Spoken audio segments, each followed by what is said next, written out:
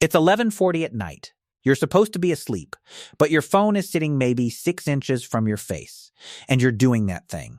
You know the thing.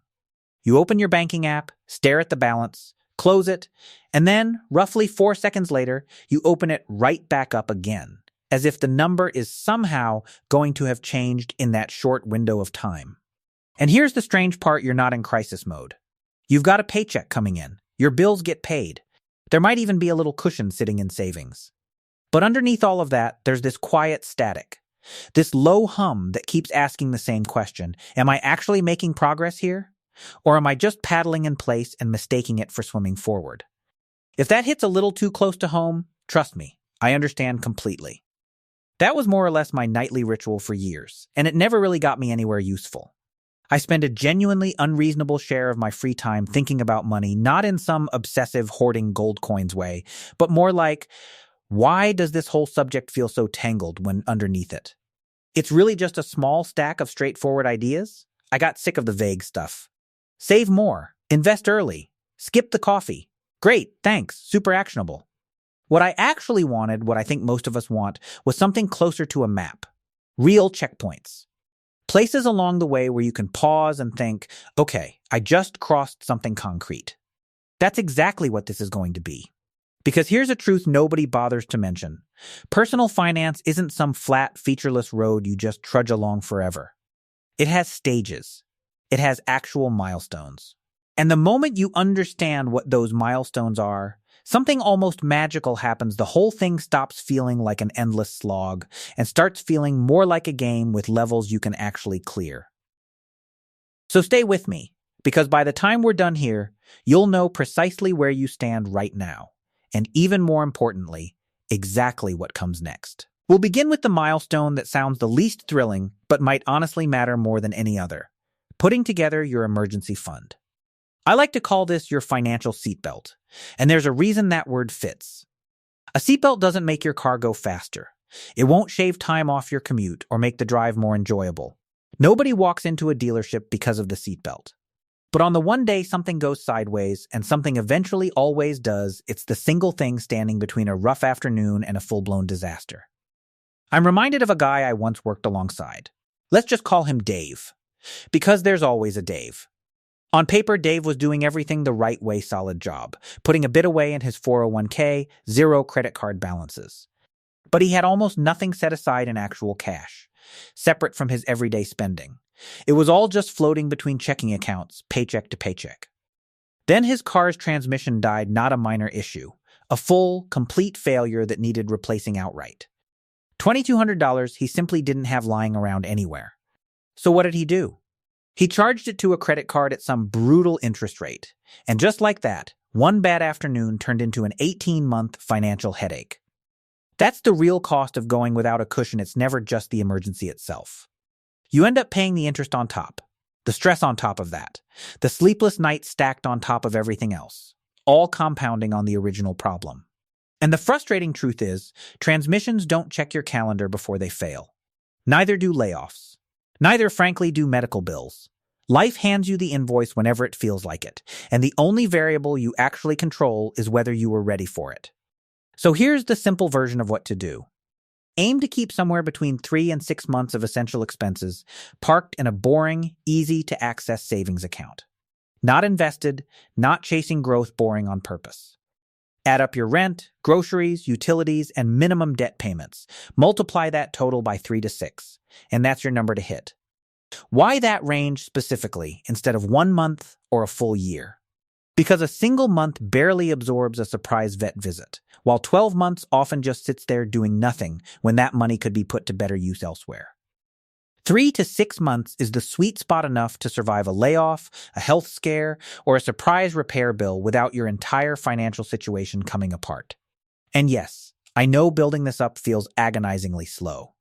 It can feel like you're just parking cash and watching it sit there while someone you know is bragging about some hot investment. But this milestone was never about excitement. It's about earning yourself the freedom to take bigger financial swings later. Because you know there's solid ground underneath you. You can't put up a skyscraper on a wobbly foundation, and money works exactly the same way. And there's a peculiar kind of confidence that shows up once this piece is in place, not cockiness, just a settled calm. You stop flinching at every unexpected charge notification. That stomach drop feeling when a mechanic says diagnostic starts to fade. Bad things don't stop happening entirely, they just stop being catastrophic. Now, milestone number 2, and this one carries some emotional baggage. Getting free of high interest, non-mortgage debt. Credit cards, personal loans, those buy now, pay later apps that quietly rack up charges. Basically anything charging you double-digit interest just for the privilege of spending money that isn't yours yet. Here's a comparison I keep coming back to. Picture yourself swimming across a lake with an anchor chained to your ankle. It doesn't matter how strong your stroke is or how much your technique improves, that anchor is pulling you under the whole time. High-interest debt is exactly that anchor.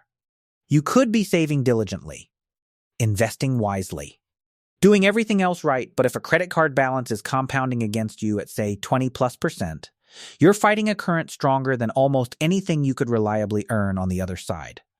This is where the math gets genuinely uncomfortable for a lot of people, because there's this pull to think, I'll just invest. Instead of paying this off, investing feels proactive.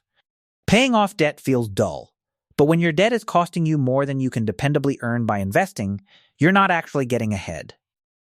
You're paying money just to fall further behind. So what's the move? Write out every debt you owe, either smallest balance to largest or highest interest rate to lowest, whichever approach keeps you motivated. Because the best strategy is the one you'll actually follow through on. Then go after them aggressively while covering the minimums on everything else. This is a phase you're passing through, not a label stuck to who you are. Having debt doesn't make you bad with money, it just means you're at an earlier checkpoint than someone who's already paid theirs off. Don't let this become a referendum on your self-worth. Treat it like a project that has a finish line.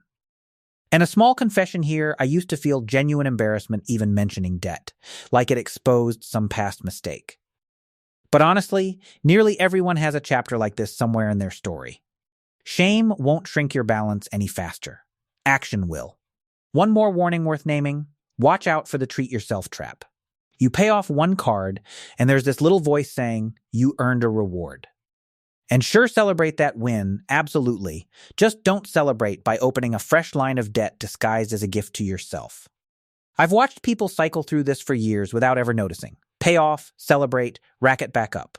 Repeat running in place on a treadmill the whole time, convinced they're climbing stairs.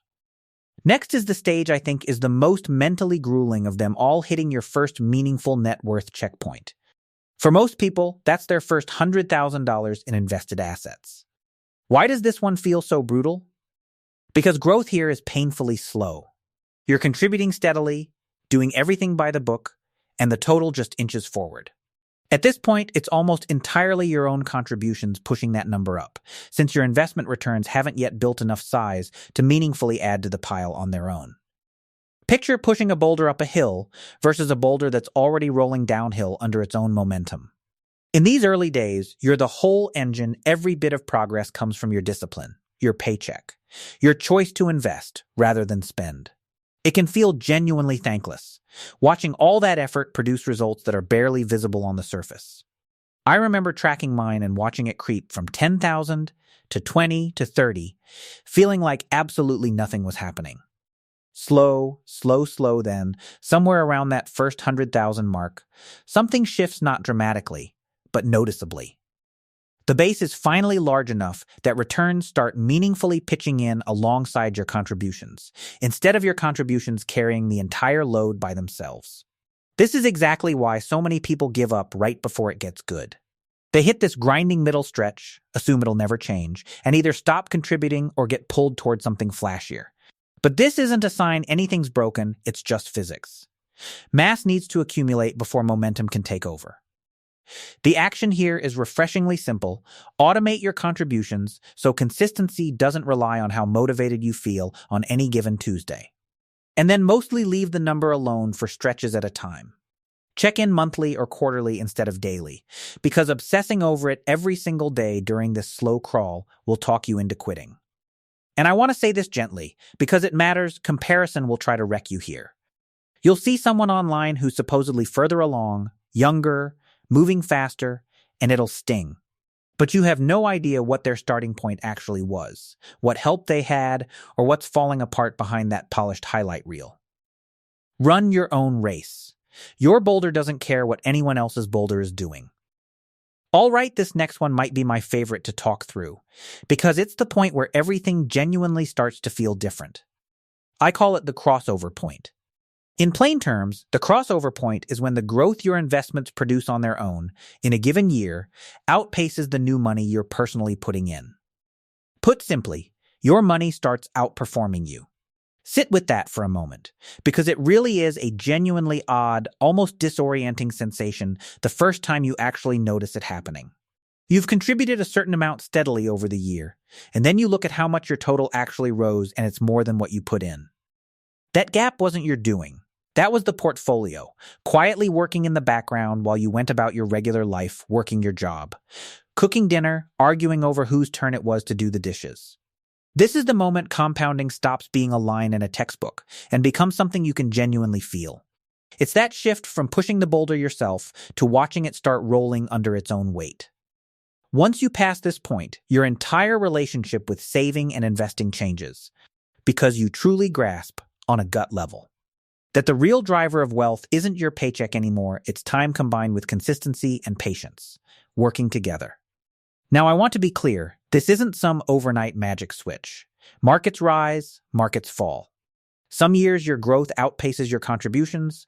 Other years, especially early in a downturn, it doesn't come close. So don't judge this milestone based on one great year or one bad one. Look at it as a multi-year pattern, a general trajectory. The move here is to keep your contribution habit rock steady no matter what the market's doing, because consistency got you this far. And consistency is what carries you through. And this part matters too. Resist the temptation to get overconfident or coast just because growth feels effortless for a stretch. This phase rewards patience, not ego. Finally, milestone number 5, the one this whole journey has been building toward. Reaching what I call your enough number, the point where the income your assets throw off is enough to cover your essential cost of living, whether or not you ever work another day. This number looks completely different for every person, and that's actually the point of it. Your enough number isn't some universal figure pulled off a chart somewhere online. It's deeply personal, shaped by your lifestyle, your location, your priorities. The life you genuinely want, not the life someone else is performing on social media. I like to frame this milestone less as traditional retirement and more as arriving at real optionality. It doesn't necessarily have to mean quitting your job outright and vanishing off to some beach somewhere. Plenty of people reach this point and keep working anyway, simply because they enjoy it. What actually shifts is the why. You're no longer working because rent is due next month. You're working because you want to, because it's meaningful, because it's genuinely fun. That shift from obligation to choice might be one of the most liberating feelings a person can experience around money. Here's a thought worth sitting with. A lot of people assume this milestone is about piling up some massive, jaw-dropping sum of money. But really, it's about the relationship between two figures, what your assets can reliably generate and what your actual life costs to run. You can hit this milestone faster by growing that first figure, sure, but you can also get there faster by getting honest and deliberate about the second one. Sometimes the quickest path to freedom isn't earning more, it's needing less, and being at genuine peace with that. The action step is to calculate your real number using your real expenses, not some vague estimate or a figure you saw floating around online. Get specific about it. Track your actual essential spending for a few months. Project that figure forward, and let that be your guiding light through everything else. Everything else, the saving, the investing, paying off debt, is really just the vessel carrying you toward that light. One last thing worth mentioning about this milestone: hitting your enough number doesn't mean the target has to stay locked in place forever. Life shifts, priorities evolve. Maybe your number grows because you want to travel more, or shrinks because you realize you genuinely value simplicity over extra square footage. It's not a cage, it's more like a compass you keep recalibrating as you learn more about who you actually are. So let's pull back and look at the full picture, since it's easy to lose the shape of this while getting buried in the details. You start by building your seatbelt, that emergency cushion, keeping one rough afternoon from spiraling into 18 months of financial pain. Then, you cut the anchor loose, clearing out the high-interest debt, dragging against everything else you're trying to do. From there, you grind through the slow, uphill climb toward your first real net worth milestone. The phase where it's mostly just you and your discipline doing all the work. Stay consistent, and you'll eventually hit the crossover point, that strange, genuinely exciting moment where your money starts outpacing your own effort. And finally, you land on your enough number, the place where your finances stop being a source of anxiety and become a source of real choice. Here's what I really want you to take away. Though none of these milestones are actually about the number itself, they're about what that number gives you back. And what it gives you back is peace. Fewer nights spent staring at your phone at 3 a.m. Fewer stomach drops when a surprise bill lands in your inbox. More freedom to make decisions based on what you actually want, instead of what circumstance forces on you. And honestly, wherever you currently happen to sit on this list, even if you're only just starting that first cushion, even if your debt still feels like a towering mountain in front of you, that's completely fine. Genuinely, every person who has ever reached that fifth milestone had to pass through the first 4 to get there. There's no shortcut around the grinding middle section, but there is a route, and now you actually know what that route looks like. So take one small step this week. Open that separate savings account. Write out your debts. Automate one more contribution. Whatever your next milestone happens to be, just move a bit closer to it. Because the future version of you, the one who's crossed a few more of these lines, is going to be genuinely grateful you started today, instead of holding out for some perfect moment that was never actually going to arrive. If this gave you something useful, go ahead and hit that like button, drop your thoughts in the comments, and subscribe to the channel. Thanks for watching, and I'll catch you in the next one.